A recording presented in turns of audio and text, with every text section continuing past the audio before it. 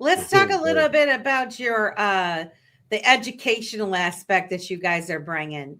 So, so not only are you creating a platform, is that a correct word to use? A platform, a window, an avenue, a stage, if you will, for independent artists of all kinds.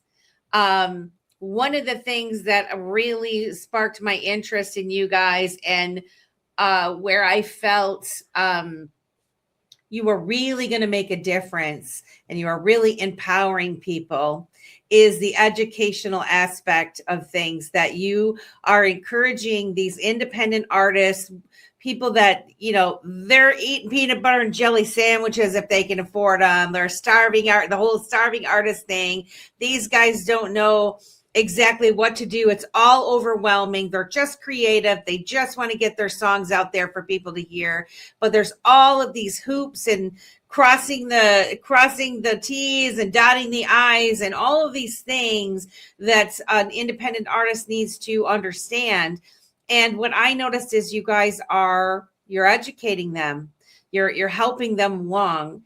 And so I'd like you guys to talk a little bit about that and the importance of the education aspect of it. And I don't know which one is the big spearhead, or if it's all three of you guys. That's a Fitzzzy thing. That's what I thought.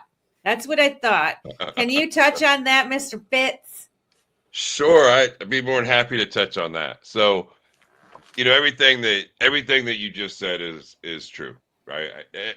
As far as just the educational piece being such an important play, because I talked to some artists in the back. They're like, I just feel so stupid. It's like, you're not stupid, you just don't know. Don't know what you don't know. There's a difference, right? You can go educate yourself. There are things out there, but a lot of some of it's hard to find, because people don't realize like how many different directions music goes. Period. Like as far as the technicality part of it and the back end of it, there's so many pieces that tie in, and unfortunately, releasing music has come extremely easy. It's not like it used to be. Like when we've had these different shifts in time in music. And then once DSPs started coming out, so distribution companies, like they talk about them, DistroKid and it goes out a little, but everyone knows DistroKid. But it's like, so now I can make a track, I can just go up, put my name in it, I can register, I can upload my file, and they put it out and they think they're done. And so many people, like, just little things like metadata in your songs, it matters. Like that stuff matters, because that's how that stuff is tracked. And so when I came back, we were talking about these things. I'm like, well, we had been talking about the education part, and I was like, well, I've been writing opinion pieces for actually a long time, and I got just I got I got closets full of writings from 30 years ago that help. Bro, I'm sorry. You're telling us and sharing with us that you have opinion pieces, and all of a sudden I'm picturing Fitzzzy with your hat on and the glasses, and you got the plaid robe on in the old school English chair with the pipe, talking about this is my opinion, right? It just popped in. I'm so sorry. Today on IMUTV. But it's nothing but respect. I get it. No, I love it. So we started putting it together, and we did a few that we put out, and then we all were talking. I was like, well, let's do a run, right? We'll do an A to Z music guide, and and it covers a lot of topics. Some of it, like I even say in the show, like there are some things that you're going to hear multiple times through this series, because I think we're at, what did we make it to O last week? I think enter O. Yep, we're on P this week. And so we're halfway through, and there are certain points that will get repeated, but in different language and in a different situation, because those things are so important. for an artist with their artwork to get paid, to get their work out there. So when it does stream, you're getting publishing, you're getting the masters, you're getting the vocal recording, you're getting, it's like, okay, are you with IWSC? Are you with, are you with your pros? Are you with Harry Fox? Are you with MLC?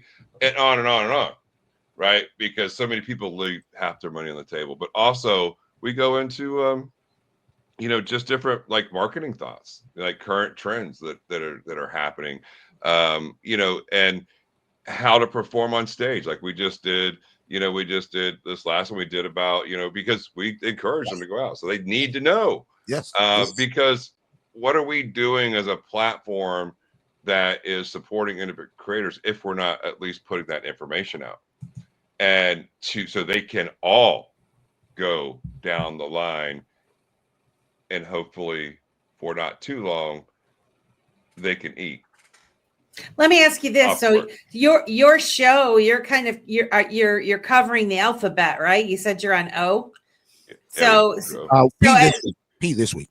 Oh, P this week. So you're going through the alphabet of all of the different things that they need to understand. Some things are overlapping.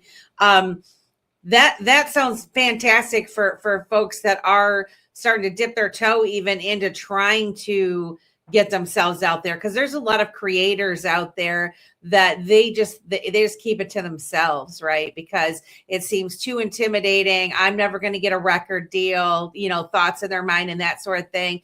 And you guys are pretty much saying you don't need it. You don't need the record deal. You can market yourself and you can learn the business. And if they're giving their attention to you guys, what are they going to get? Okay. I want to address something you just said. Okay. Right? You talked about the labels, right? Yeah. That whole game's done.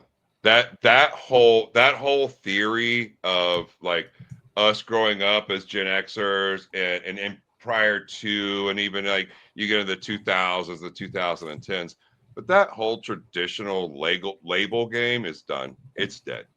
And they're not putting any money into development. They're not developing artists anymore.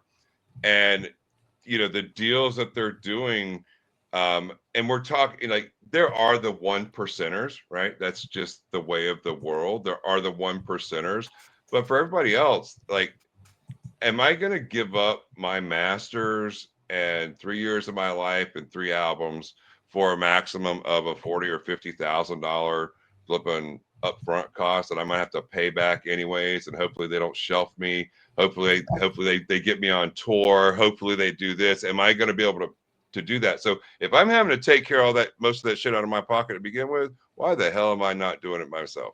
Right. And because we have moved into that full on super fan like time in music, period.